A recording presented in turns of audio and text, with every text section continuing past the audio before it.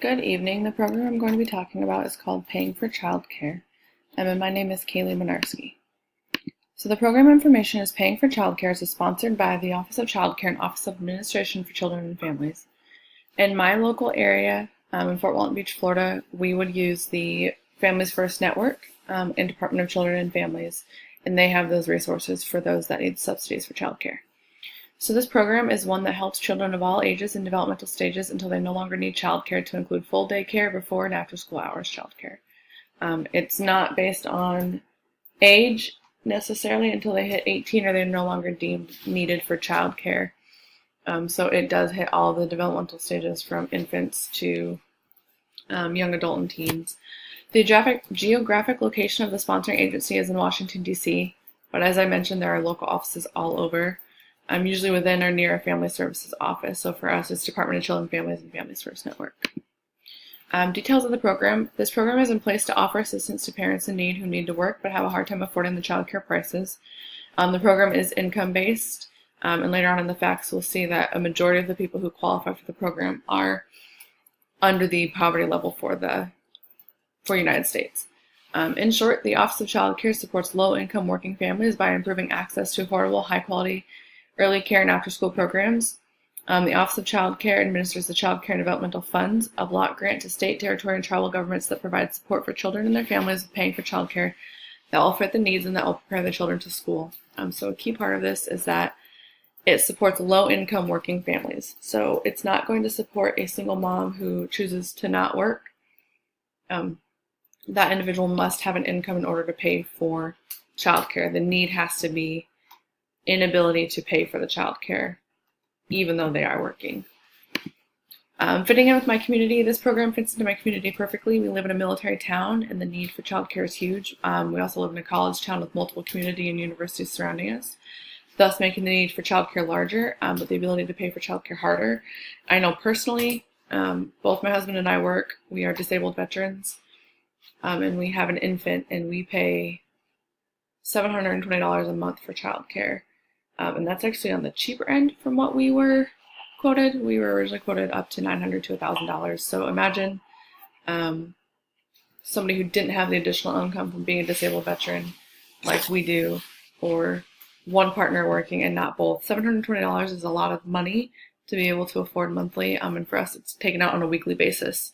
So for some people that's a quarter of their paycheck. So this is a huge need in our community. So ethical considerations do no harm. If we have the ability as a society to help genuine people trying to make a difference in their lives and their child's lives, then we need to make an effort to do so.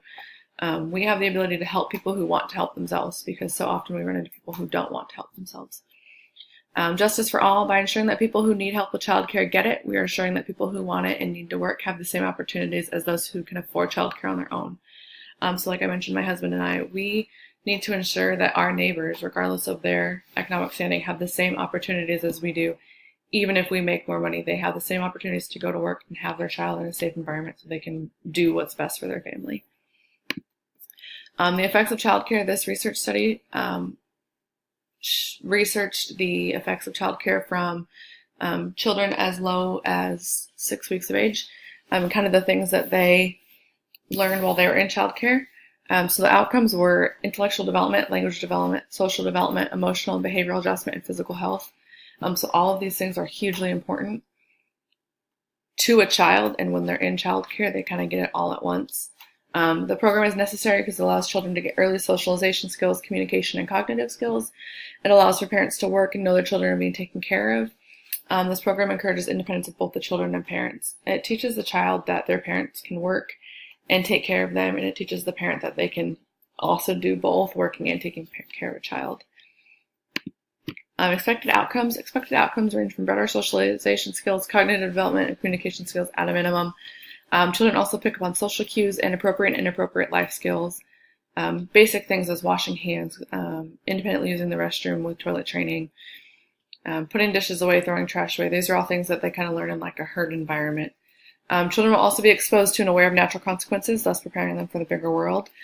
So naturally being left out of things, or naturally losing privileges to something, and it's not always the parent's fault, and that kind of helps to teach the child how the bigger world works. These skills can be measured by a survey to the parents before the child care starts and at the end of the child care.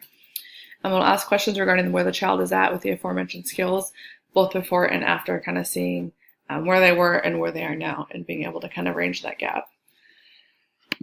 The theory that I believe would be best for this program is the development of a child and the importance of childcare can be used with Lawrence theory of morality.